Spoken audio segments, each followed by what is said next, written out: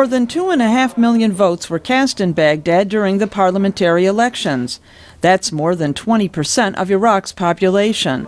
Overall, Ayad Allawi's Iraqiya bloc gained 91 seats, and Prime Minister Maliki's State of Law coalition took 89. But in Baghdad, Prime Minister Maliki won 2 more seats than Mr. Allawi. Both men are Shiite, but Mr. Allawi's party won a majority of Sunni votes. The Prime Minister's alliance claims there were voting irregularities in Baghdad and elsewhere in Iraq, but international observers say the election was fair.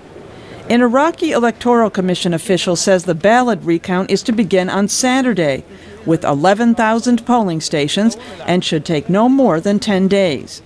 Rend al-Rahim spoke about the recount at a forum in Washington on Iraq's elections. She was a candidate for Iraqiya in the parliamentary elections and heads the private Iraq Foundation in Washington. She thinks the recount will have a negative impact on Prime Minister Maliki.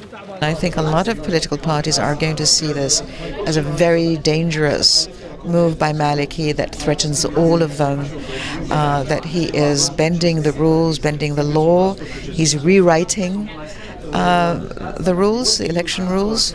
Al-Rahim also contends the recount decision was due to pressure from the Maliki government, not just his coalition, which dismisses those allegations. He is trying to manipulate the process in order to get a higher number of seats in the parliament.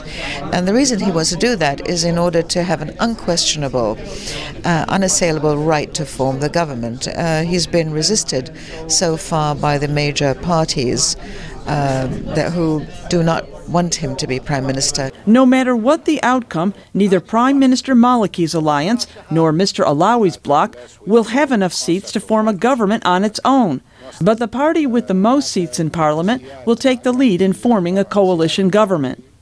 Joost Hilterman with the Independent International Crisis Group says the recount is politically dangerous. But if it's seen as in favor of Mr. Maliki, that will be highly problematic. I don't see why Mr. Allawi then would accept those results, and that could lead to instability and possibly violence.